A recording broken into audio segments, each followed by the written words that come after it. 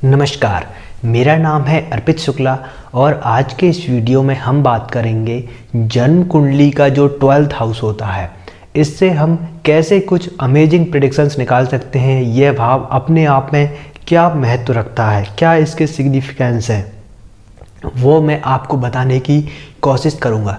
तो आइए शुरू करते हैं अपने आज के इस वीडियो को।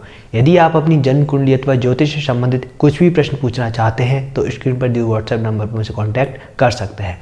सबसे पहले 12th हाउस सुनते ही हमारे माइंड में क्या चीज़ क्लिक करती है, ये हाउस क्या है? तो यह हाउस है आइसोलेशन का, यानी कि जो अलग कर दे एक दूसरे से, ऐसा भाव है ये। यानी कि व्यक्ति को एकांत स्थिति में पहुंचा सकता है। यह भाव इतनी पावर रखता है, सब समाज से अलग कर सकता है। यह आइसोलेट किसी भी चीज़ से कर सकता है। यह भाव इतनी पावर रखता है, यह आपको अपने जन्म स्थान से दूर अलग कर सकता है, पति को पत्नी से अलग कर सकता है, आपको अपने प्रोफेशन से अलग कर सकता है। यह भाव अपने आप में बहुत ही अमेजिंग है।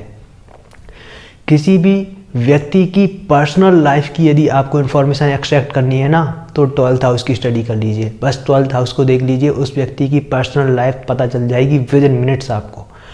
कोई कपल है, आपको देखने में बहुत ही खुश लग रहा है, ये हो सकता है कि आपकी नज़र में, वो समाज की नज़र में एक आइडियल कपल हो, बहुत बढ़िया दिख रहा है, पर उन दोनों में से किसी भी व्यक्ति का 12th हाउस यदि खराब हुआ तो रियल स्थिति उनके बेडरूम में देखने को मिल जाएगी आपको। यानी कि जो 12th हाउस यदि पीड़ित हुआ तो कहीं ना कहीं जो रिलेशनशिप है वो गड़बड़ाने लगेगा। चाहे जितनी भी आपको बाहर से देखने में चीज़ें बेटर लग रही हों, पर अंदर रूप से जो हम बात करें फिजिकल इंटीमेसी की, तो वो वहाँ पर कहीं ना कहीं प्रॉब्लम्स देखने को मिल सकती हैं और ये चीज़ें कई बार सेपरेशन तक करवा सकती हैं, डाइवोर्स तक पहुंचा सकती हैं एक रिलेशनशिप को।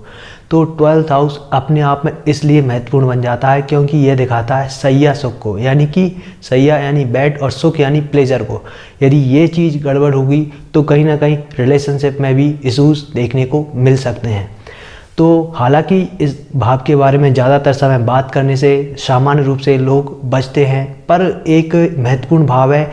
जब भी हम मैरिज का एनालिसिस करें जन्म कुंडली में, तो हम 7th हाउस को देखते हैं। 7th हाउस बाद में देखना, पहले 12th हाउस देख लो। 12th हाउस यदि और शुक्र मंगल आपस में यदि मैच कर रहे हैं तब तो मैरिज के लिए आगे बढ़ना सही है, अन्यथा इशूज़ देखने को मिल सकते हैं। फिर 12th हाउस दिखाता है आपकी वीकनेसेस को, यानी कि आपकी कमजोरियां क्या क्या हो सकती हैं। कोई भी, हर व्यक्ति चाहे कितना भी स्ट्रांग हो, चाहे नरेंद्र मोदी जी भी क्यों ना हो, हर व्यक्ति की कुछ ना कुछ कमजोरी होती हैं। और वो कमजोरी क्या होगी तो वो आपको 12th हाउस देख करके पता चल जाएगा। 12th हाउस में चाहे कोई कितना भी प्रैक्टिकल व्यक्ति हो, कितना भी प्रैक्टिकल हो, 12th हाउस से जुड़ी हुई चीज़ को आप ट्रिगर कर दीजिए, वो व्यक्ति तुरंत इमोशनल हो जाएगा विद इन मिनट्स। उसके जो दुखती रग है ना, वो है 12th हाउस। उसमें बैठे हुए गिरे, उसका स्वामी जहाँ बैठा हुआ है, उस भाव से जुड़ी हुई चीज़ों के बारे में बात करके देखिए आप किसी भी व्यक्ति के बारे में, वो विद इन मिनट्स आपको रिजल्ट्स देखने को मिल जाएंगे। उदाहरण के लिए हम देखें, 12th हाउस में पंचम भाव का स्वामी बैठा हुआ है, तो उस व्यक्ति का वीक पॉइंट उसकी संतान होने वाली है। आप बच्चे का नाम लेकर देखिए, वो व्यक्ति इमोशनल हो जाएगा। पंचम भाव से प्रेम संबंधों को देखते हैं, लव रिलेशनशिप उसका वीक पॉइंट हो सकता है। उसके रिलेशनशिप के पार्टनर के बारे में नाम लेकर के दीजिए, बात करके देखिए, ये व्यक्ति की कमजोरी वही है। फिर यदि एक और उदाहरण देखें, सेकंड लॉर्ड 12th हाउस में बैठ गया, तो व्यक्ति की कमजोरी उसकी फैमिली हो सकती है, परिवार हो सकता है। परिवार का नाम लेकर के देखिए, व्यक्ति की कहीं ना कहीं जो दुखती रग है वो उसकी फैमिली होगी। ये 100% है। आप चाहे किसी भी चार्ट में आप वेरीफाई कर सकते हैं इस चीज़ को। जनरली हम 6, 8, 12 भाव को ख़राब मानते हैं कि ये परेशानियां देते हैं, ये समस्याएं देते हैं। यदि ये समस्याएं दे रहे हैं तो सॉल्यूशन भी इन्हीं के पास है, यानी कि जो बांधता है वही खोलने की पावर रखता है। जहाँ प्रॉब्लम है तो प्रॉब्लम का सॉल्यूशन भी वही है। तो इसलिए 12th हाउस और ये अपने आप में महत्वपूर्ण बन जाते हैं। ये आपकी परेशानियों की चाबी है। आप इनको नज़रअंदाज करेंगे तो चाहे जहाँ घूमते रहिए, चाहे जो उपाय करते रहिए, जब तक आप इनको ठीक नहीं करोगे तो आपकी समस्याएं दूर नहीं होंगी। प्रॉब्लम यहीं पर ही है। 12th हाउस से हम ये देख सकते हैं कि आप किन चीज़ों पर व्यय करेंगे, आपका खर्चा ज़्यादातर किन चीज़ों पर होने वाला होगा, आप मन खोल करके खर्च करेंगे, किन चीज़ों पर करेंगे। तो यह बताएगा 12th हाउस में कोई ग्रह बैठा हुआ है वो, यानी कि वो जिस भाव का स्वामी बन गया उसके नैसर्गिक कारक कौन से हैं, नैसर्गिक वो किन चीज़ों का कारकत्व लेकर के आया हुआ है वो ग्रह, तो वो बताएगा कि उस चीज़ पर आप ज़्यादा व्यय करेंगे। या 12th लॉर्ड जहाँ बैठेगा उस घर से जुड़ी हुई चीज़ों में आप ज़्यादा व्यय करेंगे। जैसे कि उदाहरण से हम बात करें 10th लॉर्ड 12th हाउस में चला गया तो ऐसा व्यक्ति अपने नाम सम्मान के लिए, अपने स्टेटस के लिए पैसा खर्च करेगा।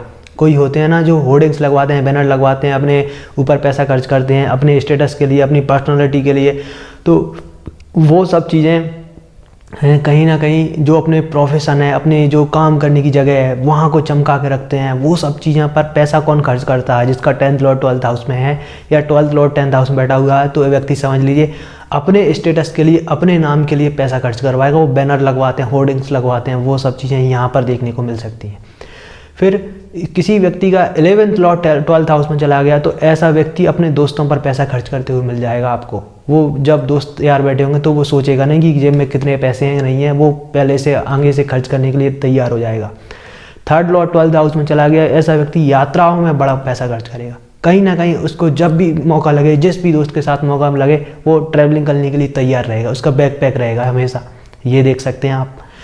5th लॉर्ड 12th हाउस में चला गया तो व्यक्ति लर्निंग पर पैसा खर्च करेगा, सीखने पर पैसा खर्च करेगा, किताबों पर पैसा खर्च करेगा, रिलेशनशिप पार्टनर, लव पार्टनर है उन पर, बॉयफ्रेंड गर्लफ्रेंड है, इन सब चीज़ों पर, इंटरटेनमेंट, मौज मज़ा मस्ती, मूवी देखने, इन सब चीज़ों पर, जो चीज़ें सुख देती हैं उन पर, स्पोर्ट्स पर, इन सब चीज़ों पर व्यक्ति पैसा खर्च करेगा।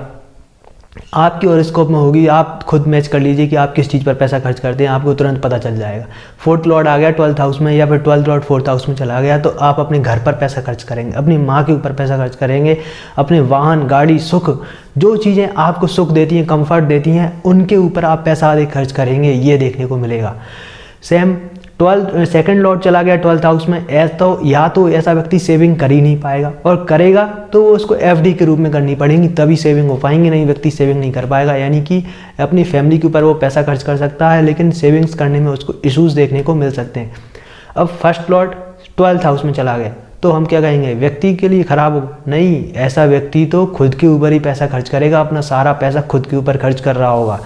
वहीं 5th लॉर्ड के ऊपर हमने बात करी थी कि ये मौज मस्ती के ऊपर भी पैसा खर्च करने के लिए अच्छी स्थिति बताता है। फिर फॉरेन सेटलमेंट को भी हम 12वें भाव से देखते हैं तो 12वां भाव बताएगा कि 12वें भाव का स्वामी ग्रह कहाँ स्थित है या 12वें भाव में कौन सा ग्रह स्थित है, वह किस भाव का स्वामी है।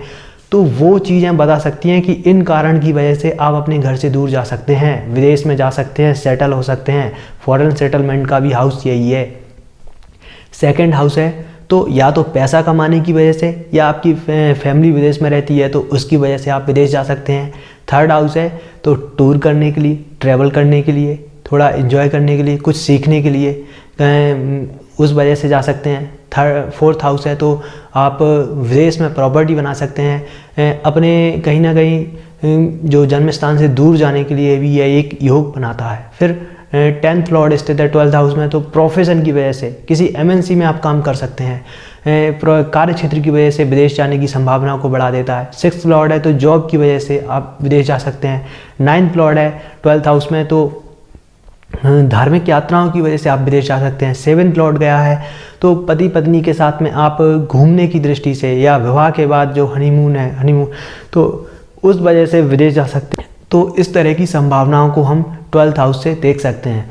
फिर 12th हाउस दिखाता है लॉसेस को, दान को, यानी कि 12th हाउस में जो ग्रह स्थित है तो या जिस भाव का स्वामी स्थित है तो वो दिखाएगा कि आप उस चीज़ से जुड़ा हुआ यदि दान करते हैं, जैसे कि 12th लॉर्ड आपका 9th हाउस में बैठा हुआ है उदाहरण के लिए, या 9th लॉर्ड 12th हाउस में बैठा हुआ है, तो ये दिखाता है या तो लॉस को या फिर दान को, दोनों ही चीज़ों को दिखाता है। तो यदि आप नवम भाव से जुड़ी हुई चीज़ों का कुछ दान कर देते हैं, डोनेशन कर देते हैं मंथ में एक बार, तो जो आपके नुकसान होने वाले हैं, लॉसेज होने वाले हैं, वो नहीं होंगे। ये एक रेमेडी की तरह आप इसको यूज कर सकते हैं। उदाहरण के लिए किसी का 11th लॉर्ड बैठा हुआ है 12th हाउस में, तो वो व्यक्ति यदि अपने मित्रों पर पैसा खर्च करते रहे तो उसकी इनकम बनी रहेगी। एक रेमेडी के रूप में आप देख सकते हैं इसको।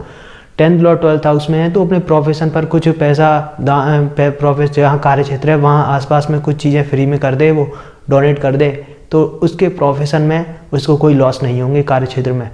तो ऐसे हम इन चीज़ों को देखते हैं। उम्मीद करता हूँ मेरा यह वीडियो आपको फ्रूटफुल लगा होगा, कुछ समझ में आया होगा, कुछ नई जानकारी आपको प्राप्त हुई होगी। यदि अच्छा लगा है तो आप वीडियो को लाइक कर सकते हैं, चैनल को सब्सक्राइब करना ना भूलें और ज्योतिष संबंधी सामग्री के लिए चैनल पर विजिट कर सकते हैं।